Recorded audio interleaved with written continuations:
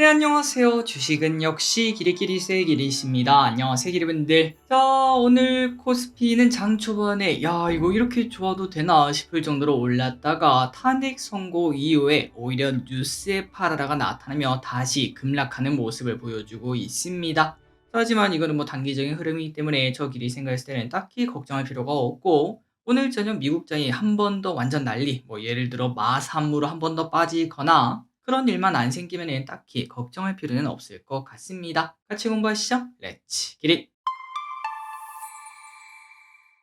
첫 번째 소식입니다. 자, 오늘 아침에 한국장이 강했던 이유에 대해서 한번 보도록 하겠습니다. 자, 일단 어제 미국 증시 마이너스 5% 하락했죠. 그럼에도 오늘 한국장은 정치적 불확실성 해소 기대감일까요? 장 초반에 하락 출발했다가 쭉 오르고 양봉까지 보여주는, 양전까지 하는 모습을 나타냈습니다. 국장의 힘을 확실히 보여줬죠. 물론 최근에는 조금 약한 모습을 나타내긴 했지만 그래도 올해 나스닥이 마이너스 20% 빠지는 동안 올해 코스피 성적표도 1% 상승으로 나스닥이랑은 많이 차이가 나는 모습이 나타납니다. 그리고 어제 오늘 또 국장은 지속적으로 이마로를 보여주는 모습, 어제는 양봉, 오늘은 지금 빠지긴 하지만 그럼에도 그 전 저점 라인을 지키고 있다는 게 매우 중요하다고 말할 수 있겠죠. 그렇다면 이렇게 강한 이유가 뭔가? 아마도 더 이상 빠지긴 어려운 자리 아니냐, 2400 라인, 이 라인이 깨지면은 강력한 매수가 들어오는 게 아닌가라고 생각을 해볼 수 있고, 그리고 또 관세 때문에 환율도 하락하는 모습을 나타내더라고요. 환율이 하락하면은 외국인 매수 기대감이 나타나며 증시가 오르기 때문에 그 부분도 호재로 작용한 것으로 보입니다. 참고로 지금 환율은 1140원으로 불과 며칠 전에 1170원이었는데 크게 급락하는 모습을 보여줬고요. 그런데 사실 이거 그러면은 국장 계속 투자해도 되는 거 아닙니까? 맞습니다. 저 기릿은 당연히 그렇게 할 건데요. 하지만 이제 일각에서는 아니 기리, 근데 환율이 이렇게 떨어진 상황이고 그 말인즉슨 앞으로 만약에 환율이 올라가게 되면은 나는 환차익을 먹을 수 있다는 거잖아 라는 생각을 해볼 수 있겠죠. 그리고 플러스 국장은 이렇게 잘 버티는 와중에 사실 미국장 파워 무시 못하겠죠. 그리고 트럼프 지금은 현재 저러고 있지만 아마도 올해 가을, 겨울쯤 되면은 역시 미국이다 이런 얘기가 또다시 나타날 가능성도 있을 것 같습니다. 그렇기 때문에 오히려 그럼 국장보다는 오히려 20% 빠진 이미 조정을 상당히 진행한 미국장이 더 나은 거 아니냐, 이런 얘기는 분명 나타날 수밖에 없을 것 같습니다. 다만 저 기릿은 올해까지는 당연히 국장을 봐야 된다. 일단 코스피 3000 찍고 그때 움직여도 늦지 않다라고 생각을 하는 하지만 저의 생각이 무조건 맞는 건 아니겠죠. 미국장이 지금까지 보여준 퍼포먼스를 믿는다면은 지금 미국장으로 넘어가는 방법도 고려는 해볼 수 있겠습니다. 국장 유튜버로서는 하면 안 되는 말이 아닌가 이런 생각도 조금 들기도 하고요. 어쨌든 환율도 이렇게 떨어졌고 미국장 많이 하락했다는 거, 이 부분도 참고하시면 될 것 같습니다. 자, 다음입니다. 탄핵 결과가 나타났습니다. 전 국민이 다 아시다시피 탄핵이 인용되었고요. 그리고 대선은 6월 초가 유력하다고 하더라고요. 2개월 내에 진행이 되어야 된다고 합니다. 그리고 오늘 증시는 급등 후 뉴스에 파라라가 나타나면서 증시는 상승했던 것을 다시 또 되돌리는 모습이 나타났는데요. 하지만 이거는 걱정할 필요가 없을 것 같습니다. 지금 하락하는 건 이제 정치적 불확실성이 해소된다라는 기대감 때문에 어제 오늘 상승했던 거, 그거를 1차적으로 되돌린다고 볼 수 있고, 하지만 결론은 그겁니다. 불확실성 해소가 되었죠. 앞으로 증시는 변동성이 하나 사라졌고 우상향을 할 만한 첫 번째 조각이 맞춰졌다라고 말을 해볼 수 있겠습니다. 그리고 과거에도 두 번의 탄핵이 있었죠. 그때마다 탄핵이 되던 안 되던 한 달 뒤, 세 달 뒤에는 증시가 무조건 상승하는 모습이 나타났습니다. 그리고 오늘 증시에서는 인맥주, 그러니까 예를 들어 같은 고등학교를 나왔다, 같은 지역에서 뭐가 있다, 이런 애들은 다 급락을 했고요. 그 반면 정책주, 누가 대통령이 될지는 모르겠지만 잠깐만, 출산, 저출산 얘기 나오지 않겠어? 일자리 얘기 나오지 않겠어? 그런 얘기들이 나타나며 정책주는 상승하는 모습이 나타났습니다. 자, 그리고 해서 이제 한 가지만 더 보도록 하겠습니다. 인맥주에서 국힘은 오르는 이유가 뭔가요? 자, 투자 관점에 대해서 설명만 하고 넘어가도록 하겠습니다. 투자를 하자는 얘기가 아니에요. 자, 인맥주에 대해서는 저는 항상 부정적입니다. 사실 도박에 가까운 투자라고도 생각을 하기도 하고, 그리고 또 과거 결과를 봤을 때 탄핵 결과가 나오면 고점이다, 이러한 입장을 저는 가지고 있죠. 실제로 예전에도 그랬고요. 그래서 오늘 이재명 관련주 크게 하락하는 모습을 나타내고 있습니다. 하지만 이 와중에 국힘 인맥주가 오르는 모습이 나타났는데요. 그렇다면 그 이유가 뭔가? 바로 민주당은 대선 주자가 사실상 확정이 되지 않았겠습니까? 그런데 국힘은 아직도 야 이거 내가 나가야 될 것 같은데 이런 얘기를 서로 하고 있다 보니까 모두에게 기대감이 남아있다는 겁니다. 그러다 보니까 주식은 뭐라고요? 맞습니다. 기대감이 존재하고 있다 보니까 국힘 인맥주는 오르는 모습을 나타냈고 예를 들면 김문수, 홍준표, 한동훈, 오세훈 등등 이런 관련주가 급등하는 모습이 나타났다고 하네요. 하지만 그 반면 이재명 관련주는 이제 기대감이 사라진 거 아니겠습니까? 그러다 보니까 하락하는 모습이 나타났다고 합니다. 주식이 참 신기하죠? 다음입니다. 그리고 오늘 2차전지가 좋은 모습을 나타냈습니다. 2차전지가 오늘 증시에서 오른 이유가 뭔가 간단하게 보자면은 공매도의 공격이 멈춰서일까요? 그건 또 아니겠죠. 일단 시장에서는 이미 북미에 공장이 있는 2차전지 그리고 이번에 동박이 관세 인상에서 제외가 되면서 오히려 2차전지가 관세 무풍지대가 아닌가요? 이러한 이야기가 나타난다고 합니다. 그리고 지속적으로 보던 소식이죠. 반도체와 마찬가지로 2차전지도 실적이 올해 바닥치고 이제는 좀 사이클이 돌아가지 않겠나 이런 이야기가 들려오고 있으며 그리고 2차전지 실적이 좋아지려면 어떻게 되죠? 맞습니다. 전기차가 잘 팔리면 되겠죠. 그런데 실제로 올해 유럽에서 전기차 판매량이 크게 늘 것으로 예상이 되고 이미 연초부터 판매 성장률이 31%가 늘었으며 전망치를 20% 넘긴 수준이라고 합니다. 그리고 또한 일각에서는 정권이 혹시나 바뀌면 친환경에 우호적인 환경이 나오지 않겠나 이런 기대감도 나타났다고 하네요. 다음입니다. 키움증권 또 문제 발생.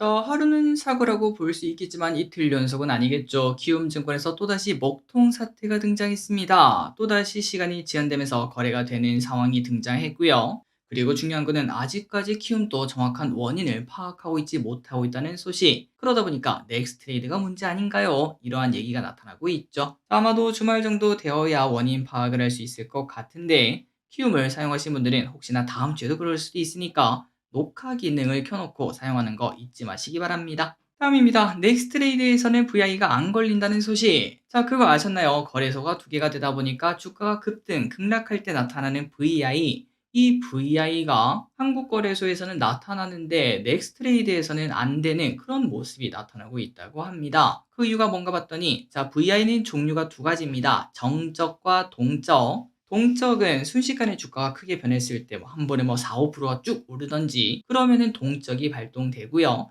그 반면 정적은 그냥 전일 대비 10%가 오르면은 그때 적용이 되는 모습인데요. 그런데 NXT에서는 정적 VI가 애초에 존재하고 있지 않다고 하네요. 그러다 보니까 정적 VI가 걸리면은 한국거래소 기업은 멈추는 모습을 나타내는데 그냥 넥스트레이드에 가면은 거래가 되는 모습도 나타난다고 합니다. 그래서 벌써 빠르게 투자하시는 분들은 VI가 걸린 종목만 가가지고 넥스트레이드에서 싸게 사고 VI가 풀리면은 그때 비싸게 파는 그런 전략도 손 빠른 분들은 사용하고 있다고 하네요. 이런 거 봤을 때는 손 빠른 분들이 진짜 부럽습니다. 다음입니다. 어제 미국 증시 난리가 났습니다. 나스닥 마이너스 6%, 코로나 이후에 거의 처음 보는 것 같은데요. 미국 증시는 트럼프의 관세 충격으로 급락 마감을 해버렸죠. 관세로 인한 경기 침체 우려감이 나타났고요. 글로벌 무역 전쟁 우려감이 부각되면서 증시가 흘러내렸습니다. 그래서 다우는 3.9% 하락, 나스닥은 마이너스 5.97%, 마6이 터졌고요. 그리고 S&P 500도 4.8%나 급락을 했죠. 그리고 10년물 국채금리도 많이 하락했고 공포지수로 불리는 빅스 지수도 39%나 급등하며 30을 넘겼다고 합니다. 또한 미국에서는 동남아 관세 이러한 이야기가 나타나며 우리나라 어제 의류주 박살났던 거 기억나시죠?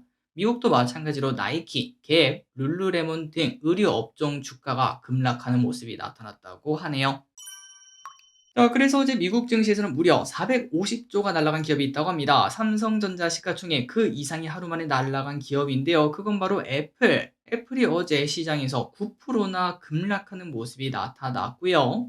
그 이유가 뭔가 봤더니 애플의 제품은 아시아 국가에서 생산되고 있기 때문에 고율의 관세가 부과될 수밖에 없는 환경이라고 합니다. 만약에 관세가 지금 중국이랑 투닥투닥 하고 있는데 혹시나 상황이 더 안 좋아져가지고 이대로 그냥 이어진다면은 아이폰 최상위의 가격은 무려 333만 원, 여기까지도 올라갈 수 있다는 소식. 참고로 중국은 기존에 20%를 때리고 있었고 거기다가 34%를 플러스 이번에 시킨 거기 때문에 총 54%의 관세를 때리게 되었다고 합니다. 아이폰 가격이 어마무시할 수밖에 없겠죠. 아니 길이 근데 트럼프 일기 때는 어땠는데 그때 당시에는 애플이 일부 제품에 대해서는 면제나 유예를 받은 적이 있었습니다. 하지만 지금 트럼프 그냥 마이웨이예요. 그런 거 없다고 해요. 그러다 보니까 우려감이 쏟아지면서 애플 9%나 급락했고요. 하루밤 만에 시가총액 450조, 삼성전자가 날아갔습니다. 자, 그래서 결국 우리가 뭐 계속 얘기했던 거는 그거 아니겠습니까? 결국은 협상맨이다, 협상할 것이다, 이런 얘기가 나타나고 있는데요. 그렇다면 트럼프 어떤 협상을 원하는가 한번 보도록 하겠습니다. 일단 첫 번째는 트럼프가 관세라는 카드를 가지고 어떤 협상을 하는가 봤더니 중국에는 틱톡을 매각하면은 관세 면제해줄게 이런 얘기가 솔솔 나타난다고 하네요. 자, 그동안 틱톡, 그러니까 모회사 바이트댄스 측은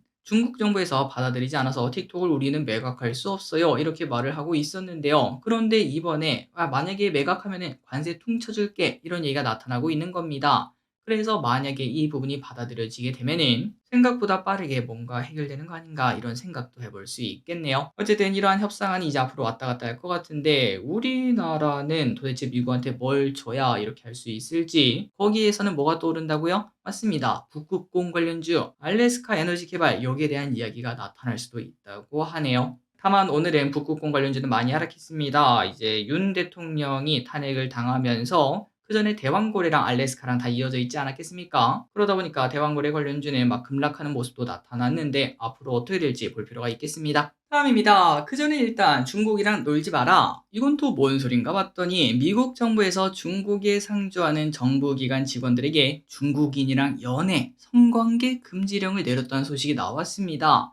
정규 직원뿐만 아니라 인가를 받은 계약직 직원도 포함된다고 하는데요. 자, 이렇게 하는 이유가 뭔가 바로 미인계 때문이겠죠. 미인계 때문에 이제 뭐 정보가 넘어가거나 그럴 수도 있기 때문에 이러한 금지령을 내리게 되었다고 하는데 사실 예전부터 암묵적으로는 뭐 진행되고 있었지만 실제로 이렇게 금지령을 내린 것은 냉전 이후에 처음이라고 합니다. 그만큼 지금 상황이 안 좋다 이렇게도 해석할 수 있겠네요. 다음입니다. 나스닥 마이너스 6% 어느 정도 하락한 건가? 자, 일단 뭐 당연히 심각하게 하락한 겁니다. 마 6이면은 보통 내가 가지고 있는 종목들 한 15% 정도씩 빠졌다 이렇게도 말을 해볼 수 있겠는데요. 자, 그렇다면 과거에 나스닥이 마이너스 6% 떨어진 날이 언제 있었나 봤더니 2000년 버블 붕괴 때, 뭐 그때는 있었을 것 같습니다. 그리고 다음 2008년 금융위기, 당연히 있었겠죠. 그리고 2020년 코로나, 뭐 당연히 있어야겠죠. 그리고 이제 얼마 전 금리 인상 때, 그때 한번 있었다고 하는데, 그런데 이번에 트럼프 관세 전쟁이라는 타이틀이 역사를 또 썼다고 합니다. 자, 그럼 중요한 건 이겁니다. 그 다음에는 어떻게 되었습니까?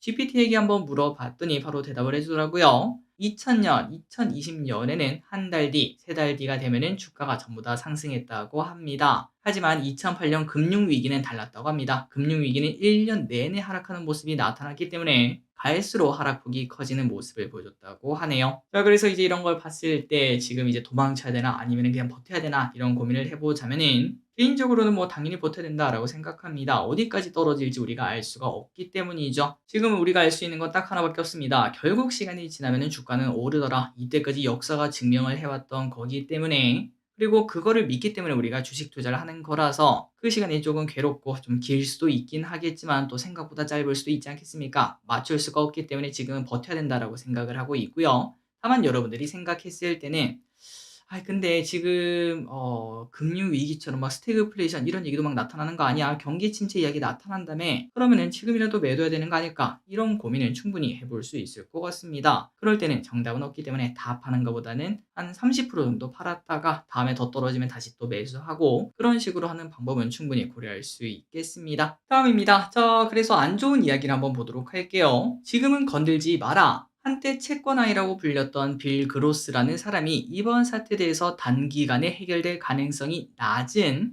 심각한 이벤트다라고 표현을 했습니다. 지금 만약 저가 매수, 저처럼 이제 그렇게 말하는 애들은 분명 잘못될 것이다. 줍줍하지 마라. 줍줍하면 떨어지는 칼날을 손으로 잡는 거랑 똑같다. 이렇게 경고를 했다고 합니다. 그래서 지금 현재 상황이 어떤가? 71년도 근본이제 종료 당시와 유사한 시장 사건이라고 하고요. 즉각적인 부정적 결과를 가져올 수 있다고 합니다. 그리고 또 트럼프는 마초적인 스타일로 바로바로 뭐 협상에 나가거나 증시가 떨어지더라도 뭐 유화적인 정책을 쓰지 않고 당장 물러서지 않을 거라서 신중할 필요가 있다. 이렇게 경고했다고 하네요. 그래서 채권왕으로 불렸던 빌그로스 저가 매수 지금은 하지 말라고 합니다.